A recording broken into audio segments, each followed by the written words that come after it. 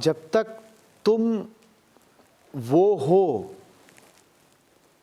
जिसका जन्म हुआ है, तब तक तुम उससे कैसे मुक्त हो सकते हो जिसने तुम्हें जन्म दिया है। जब तक तुम एक जन्मे हुए शरीर बनकर बैठे हो, तब तक तुम उस शरीर को जन्म देने वाले दो शरीरों से मुक्ति कैसे पा सकते हो। तुम कैसे जी रहे हो कि मैं कौन हूं?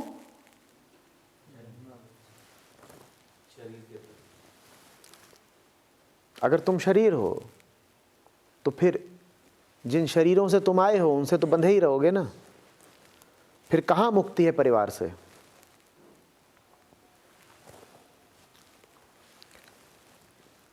समझ में आ रही है बात? जब तक तुमने वही सब रस्मों रिवाज, धर्म कर्म पकड़ रखे हैं जो तुम्हें परिवार ने और समाज ने दिए हैं, जब तक तुम्हारा मन बना ही परिवार और समाज से है, तब तक तुम्हें कहाँ मुक्ति मिल जाएगी परिवार से और समाज से? हाँ, तुम बाहर बाहर विद्रोह करते रहना, क्रांति करते रहना, वो क्रांति व्यर्थ है।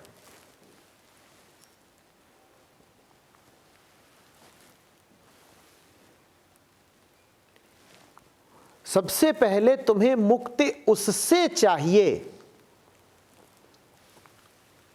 जो दूसरों से संबंधित होता रहता है।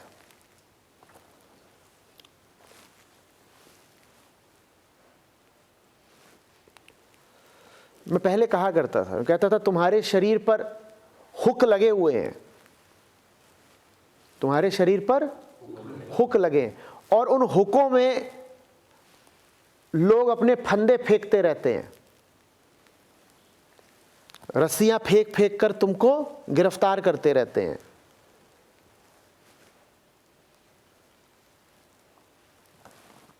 तुम कितनी रस्सियां काटोगे?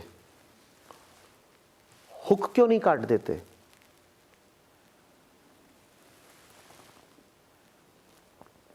समझ में आ रही है बात? तुम्हारे भीतर जो बैठा है, जो दूसरों से संबंधित होने को लालायित है,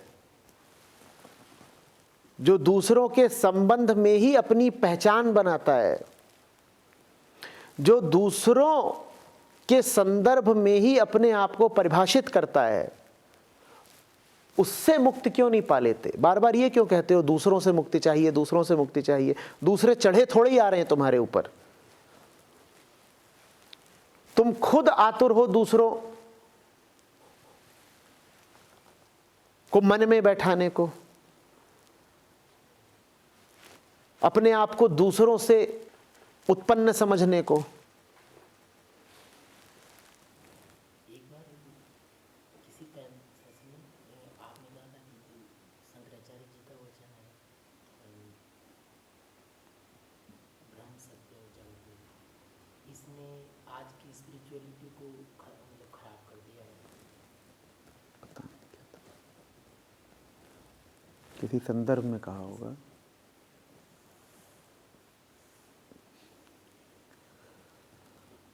शंकराचार्य के किसी वचन से अध्यात्म नहीं खराब होगा, तुम उस वचन का क्या अर्थ कर रहे हो, उस अनर्थ से खराब होगा। शंकराचार्य तुम्हें बर्बाद करने वाली कोई बात क्यों बोलेंगे?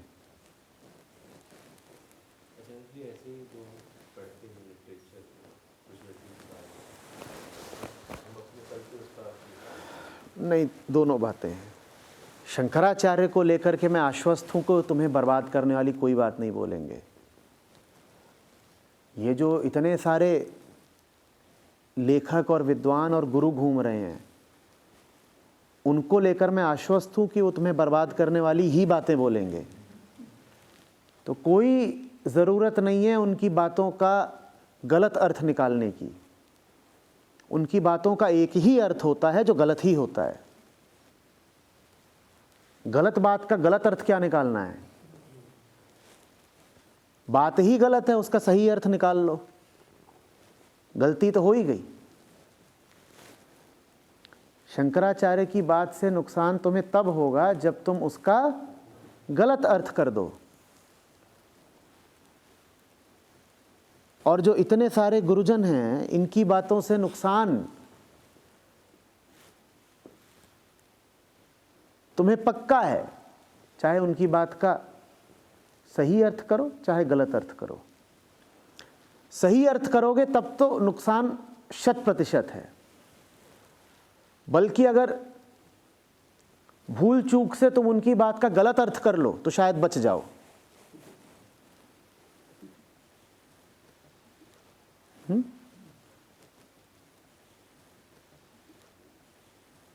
बहुत बार बेटा मुझे यही करना पड़ता है, गलत बात का तुम्हें गलत अर्थ बताना पड़ता है ताकि अंततः अर्थ सही हो जाए। बात ही मूलतः गलत होती है, पर तुम उसे मेरे सामने लेके आ जाते हो कि ऐसी ऐसी बात कही गई है, तो फिर मैं उस बात को तोड़ मरोड़ करके किसी तरीके से सही कर देता हूं।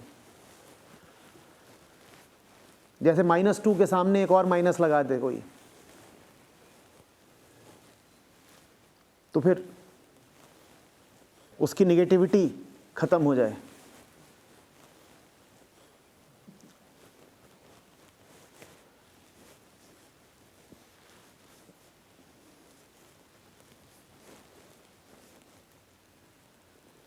तुम्हें उपनिषदों से कुछ समस्या है? चलो, कबीर साहब का सारा साहित्य तुमने चुका दिया, खत्म हो गया, तो तुम क्यों इधर उधर से बातें ले लेकर आते रहते हो? उन्होंने ऐसा बोला, उन्होंने ऐसा बोला, उन्होंने ऐसा बोला, न जाने कहाँ से कैसी कैसी बातें। अब तुम बहुत समय से यही कर रहे हो, उन्होंने ऐसा बोला। झुमरी तलैया के लल्लन पांडे ने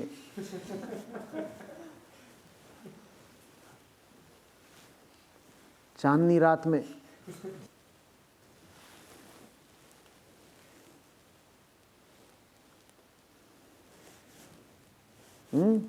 चार खंभों के बाद बोला, ब्रह्म ही भ्रम है। तुम लेके आ जाते हो, कहते हो आचार्य जी